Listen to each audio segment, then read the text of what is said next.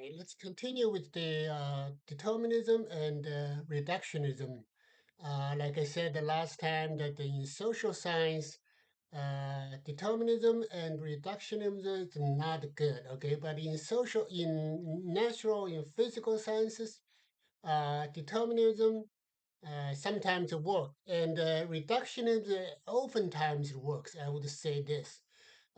For example, remember that let me refresh the concept of reduction. Determinism means that the idea that everything has a cause. Once you know the cause, the consequence, the result will be show up for sure. So that's why determinism. Okay, we use the example of Newtonian physics that the moving of a planet. That's like a kind of a, you can know the consequences if you know the precondition, the initial condition of initial state of the planet. For reductionism, it's more interesting because let me say this: without reductionism, without linking the whole with the part, a lot of the science will be dead. It won't exist. Let me give you an example that in my case, I had a colon stool test. You take a teeny tiny size of a stool sample, and you send it, you pick it up from stool and then send it over to the lab, and that's all they need. That's all they need to find out whether you have a colon cancer or not, or at least that they're suspicious or not.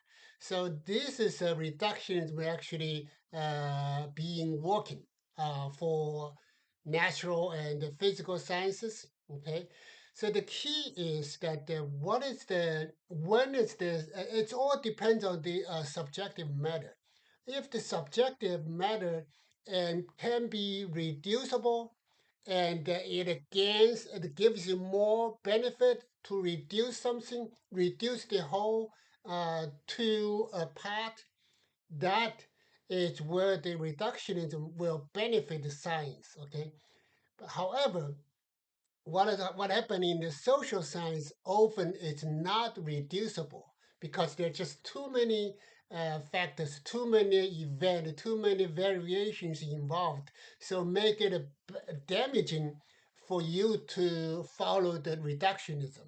Okay, here is let me give you another example. In biology, the other day I read a piece of report that there's one physician who is like 102 years old.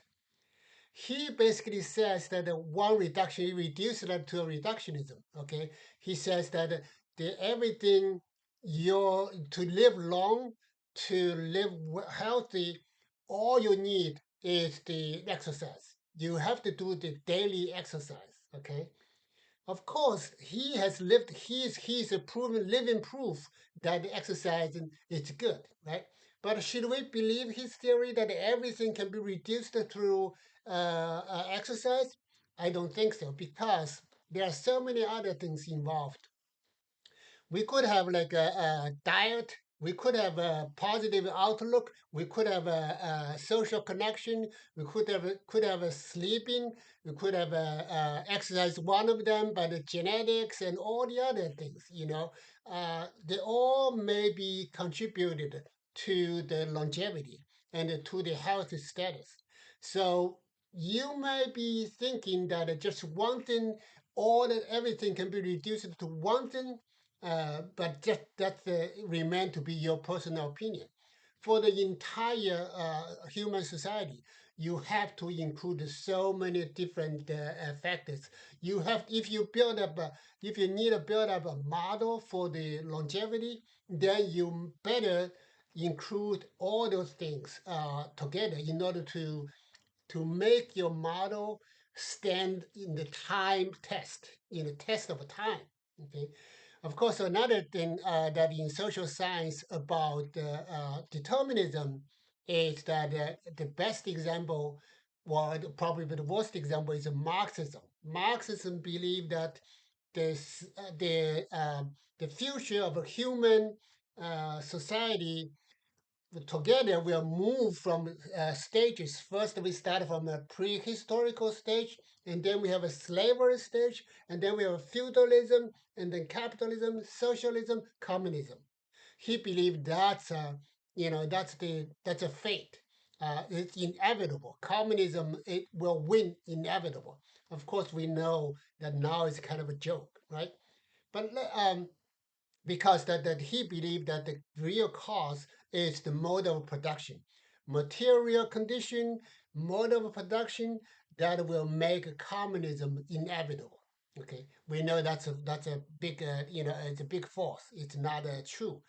And then the other thing, if you think about it, is Nazi is also ideological determinism because they believe that ideologically their Aryan race are superior. Jewish people and the black and the Romans, they are all inferior relative to the Aryan races. So this kind of thing, and there's other thing, Friedman,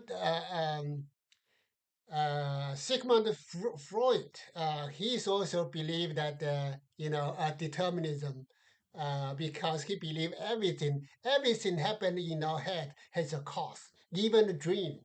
It's just that because some causes is a unconscious mind.